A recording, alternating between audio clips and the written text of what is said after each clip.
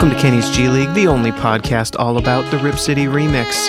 The G League season has begun. The Remix are 2-0. And look who's been assigned to the Remix for this weekend's game. Young Hansen, the Trailblazers draft pick from this previous draft. Let's take a look at what's been going on so far, what we might see from Young Hansen, and what to look ahead for in the season to come. First, let's talk about the most pressing news. Young Hansen has been assigned to the Rip City Remix. According to the Trailblazers, they are quoted as saying, "The Trailblazers have assigned Young Hansen to the Rip City Remix. Young will be available to play Friday at the Valley Suns and Sunday at the South Bay Lakers." This is exciting. I have been really curious about what the Remix and the Trailblazers were going to do with Young Hansen this season. Heading into the NBA season, at first it kind of seemed like he would be getting regular minutes with the Trailblazers for the first few games. He was logging 5 minutes, 7 minutes, and, getting a little bit of experience there. But once Robert Williams III became healthy, it kind of became obvious that he was the de facto backup center for the Trailblazers, and it would be kind of between Young Hansen and Dwap Reith, another Remix legend, to fight it out for the remaining minutes.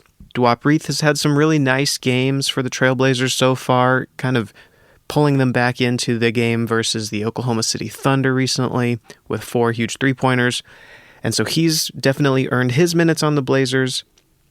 With Young Hansen not getting minutes, it became a question of should the Blazers send him to the Remix? And sure enough, here we are. They've answered that question. Young Hansen, who was on this road trip with the Trailblazers that they're on currently, has been sent to the Remix. As I'm recording this, Friday, November 14th, he's set to play tonight against the Valley Suns. Should be a really interesting game. To be honest, I assumed that they would wait until there was kind of a home stretch to play for the Remix, just because that would be convenient, basically, not because it wouldn't be great to get him minutes. But sometimes when the NBA team is at home and the G League team is at home, it just becomes really easy to have a guy play one day maybe for the NBA team, and then the next day you can be playing for the Remix. But in this case, Young Hansen is leaving the Blazers road trip, going down to Phoenix tonight to play the Valley Suns, and then to Los Angeles the next day.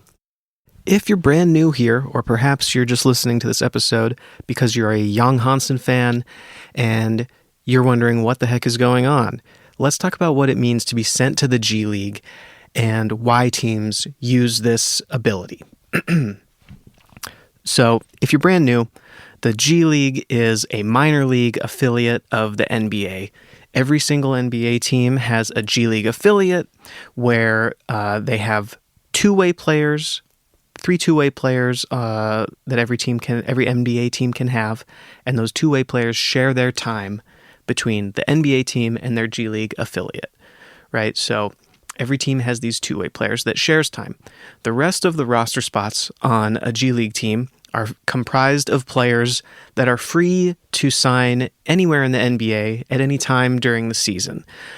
You see this occasionally when, let's say, the Blazers have too many injuries, they need someone to play, they'll bring in a guy from the Remix occasionally to fill in those minutes. We've seen this already a few times in the last couple seasons of the Remix. Injuries start to take the toll on the team. They're seeing these guys from the Remix every day in practice, since the Blazers and the Remix share the practice facility. So they bring in a guy that they're comfortable with to kind of fill in some spot minutes. They might sign him to a 10-day contract or something like that. So that's who's on the G League roster. Now, these NBA teams can also assign players that are not in the G League or on two-way contracts to their G League affiliate essentially anytime they would like to. And that's what they're doing here with Young Hansen. So in this case, Young Hansen is not getting minutes on the Trailblazers. They want him to get some experience. They want to, let him play basketball. That's why they got him, why they drafted him. And so this is a perfect opportunity to let him play against really good competition in a time when he may not be getting minutes on their NBA team, right?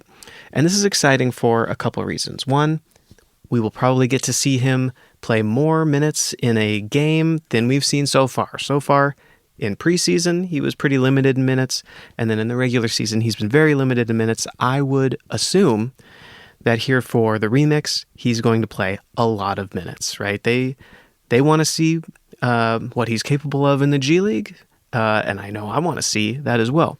So I would assume he's going to play quite a few minutes here. And two, I think it gives him the ability to kind of play a different role in the G League than he might immediately play in the NBA.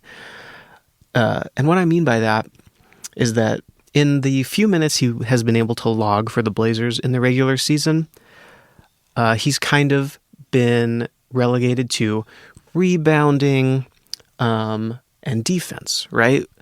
And those are things that, of course we want to see. But in my opinion, so far, all the best Jan Hansen moments, whether that was in Summer League or the preseason, have come when he has the ball in his hands and he's able to make reads on offense. I think about the very first possession of Blazers Summer League a few months ago was Jan Hansen with the ball at the top of the key. He may have been beyond the three-point line, if I remember right. And he's making the read of what to do with the ball on offense. He had a fantastic assist. In Blazers preseason, some of his best moments came where he's running the fast break, right? There was that one moment where he's running the fast break, kind of a give-and-go play, and he gets the ball back for a dunk. Fantastic, right? So I'm really curious to see what the remix allow him to do on offense now that assuming he'll have a little more of a role, especially more minutes. So I think that's going to be really interesting. Jan Hansen has talked about how a number of years ago, a coach told him, you should check out Nikola Jokic and watch Jokic as compared to kind of some of the more defense-oriented, traditional centers that he had been watching up until that. And so he kind of seems to have both of those archetypes for a center in mind. And in my opinion, so far in the limited minutes we've seen him on the Blazers, his most exciting moments happen with the ball in his hands, playing that kind of Jokic-y style of basketball where he's making reads, right? And that's really unique. I don't want to compare him to Jokic too much because he will be his own player, and Nikola Jokic is one of the greatest players of all time. But as far as style of basketball, I think that's going to be really interesting, right? And I think it just kind of plays into, honestly, the style of basketball that ideally I think the Blazers and the remix want to play, which is being fluid with how you play the game and with what kind of offense you run, right? Like the Blazers right now are not running a whole lot of half-court offense. They're playing a much faster pace than in years prior. And I think more players that have that ability to kind of see what the defense is giving them and react accordingly is great, right? And so that's what I'm going to be looking for from Jan Hansen in these games, is just seeing the style of basketball that the team as a whole plays and how he fits into that. Where, in my opinion, in his limited minutes in the regular season, he's more been tasked with specific rebounding tasks or defense tasks, and not so much, here's the ball, let's see what the team can do and what you can do and how you can assist the team in doing that, right? So I think that's going to be really interesting. So I'm excited to watch these two games with Jan Hansen. I think that'll be really fun. I will be back here with an episode, of course, to recap and talk about all the fun stuff that happened. One interesting little note here about Jan Hansen in the G League is that the G League does not have a ton of big players, right? In this upcoming game that's tonight, as I'm recording, against the Suns don't have any players above 6'9", right? So Jan Hansen theoretically should be able to feast here a little bit in the G League. There just aren't that many big centers in the G League. For instance, Moses Brown has spent some time with the Remix and a number of other G League teams. Moses Brown's 7'2", right?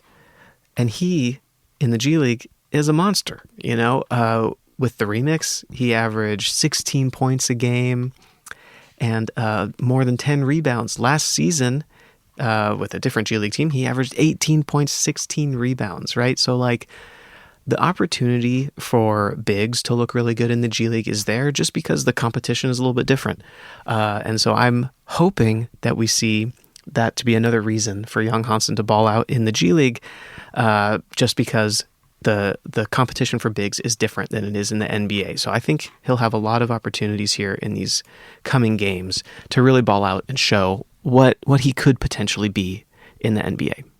Now let's take a look at what happened in the Remix's first 2 games of the season. The Remix have played 2 games so far in the season, going 2-0. On November 7th, they defeated the Santa Cruz Warriors 120-107. There were some fun moments in that game, especially from Blake Hansen. He had a really nice game. He had 24 points, 3 rebounds, 3 assists. And he looked really good, actually. He had a great shooting night, 10 for 13, 3 for 6 from three-point land.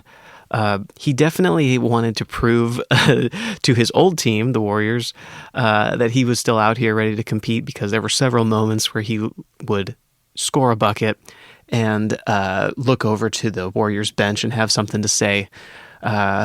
Although he must have mostly been talking to the coaching staff, because I think there was only one returning player that he played with on the Warriors last year that was still there. But Blake Hansen looked really good. This is his second season in the G League, 24 points, like I said. Really nice night from him. He's a player that I think has a little more of an NBA build compared to sometimes what you see in the G League. He's 6'8", 230, and looked really good. I think in college, he was one of those players that's very happy to shoot the ball, right? And so what he does in the G League could be kind of interesting to see how he develops. His shooting has been quite good this year in, obviously really limited games, and his three-point percentage will kind of be something to look for. That tends to be something that you are looking at with all G League players, because, if they were elite three-point shooters, they might find themselves in the NBA. And so that's often a skill that you're kind of looking for. And in the G League, guys that rise to become great three-point shooters often are picked up. So Blake Hansen, he'll be a player I'm watching for this year. He's not on a two-way contract or anything, but he's definitely a really interesting player. Javonte Cook, he had 20 points in that first game, 5 rebounds, 4 assists. He is on a two-way contract. He's the only two-way player that suited up in that first game. He kind of fits, in my mind, the mold that the Blazers are going for right now, which is guys that can handle the ball but are maybe a little bigger than they've been in the past. If anyone's been watching the Blazers for a number of years, it's been a joke. Oops, too many guards, right? Oops, all guards. And before, those guards have been like 6'2". But now the Blazers are getting quite a big team, right? And so Javonte Cook, he's kind of playing point guard a lot, but he's 6'6", And you see this on the Blazers. While they have some small point guards, the team in general is pretty big. And so it's kind of interesting to see that be reflected in the G League team, right? So they won that first game, and then they won the second game the next day, 131-118. In this game again, Javonte Cook, really nice game, 24 points, 5 rebounds, 4 assists, 9 of 20 from the field, 5 of 10 from 3. And Dylan Jones had a good game in this one too, 20 points, 10 assists. Dylan Jones from Weber State, the Blazers brought him in as a pre-draft tryout this last summer. So he's a player that, they've been interested in a little while. Dylan Jones 2 summers ago, I believe. Yeah, Dylan Jones 2 summers ago, he was a pre-draft tryout for the Trailblazers. He'll be someone I'm watching for too, because I think he's had some NBA, interest and experience. He's not on a two-way, but he's one of those players that has seen some NBA time, and I believe he even has a ring from the Oklahoma City Thunder this last year. He'll be an interesting player to watch out for as well. So let's see some way too early trends that we're seeing from the remix right now. It's only 2 games in, so this will change, of course, as the season goes on, but let's take a look just because it can be interesting. So 2 games in, the remix are leading the G League in three-pointers attempted per game. Right now, they're at 54 per game, and that is 5 more than the team that's second in three-point attempts. In three-point percentage, the remix are down at 20th at 31.5%. Now, to me, this is interesting because it kind of matches a little bit of what we're seeing from the Blazers already. The Blazers this year are 6th in three-pointers attempted per game at 41.9. And in three-point percentage, the Blazers are down at 25th at 33.4%. Now let's compare that to last season, because I think that's going to be a little telling, right? Oftentimes G League teams or NBA teams use their G League affiliate to kind of try out some ideas that they then will bring to the NBA team. So last season, 24-25, the remix were second in three-pointers attempted per game. Last season for the Trailblazers, they were pretty middle of the pack in three-pointers attempted per game. They were 14th at 37.7 per game. So they've shot up quite a few spots there in three-pointers attempted. And I think that's interesting. The Blazers are certainly just visually playing a little different style than they did last season. A little faster. They're definitely happy to take three-pointers this season, despite, not shooting like a world-beating percentage. It is part of their stylistic choice that they're going to shoot more three-pointers. So yeah, every season of the remix, they've been near the top of the league, if not at the top of the league, like this season, in three-pointers attempted, whereas the Blazers have slowly crept up after every season, right? 3 years ago, during the remix's first season, the Blazers were, in the bottom, third of the league in three-pointers attempted. They were 20th in three-pointers attempted per game. The next season, like I said, they crept up a little bit more, and they were 14th this season. They're 6th, right? And so we kind of see the trend that they're going for, and it'll be interesting to see what we see the remix doing this season that maybe next year or towards the latter half of this season, the Blazers kind of start to implement a little bit more. Often that's how it goes. Not always, of course, but we do see, new ideas kind of implemented in the G League, and then, the team can decide what to do with that info and the data. So that's where we're at. 2 games in. We got 2 more games this weekend that we'll see Young Hansen in, and I will be right back here to talk about Young Hansen's performance with the Rip City remix on the next episode. Thank you for listening, and I look forward to talking about the remix all season long.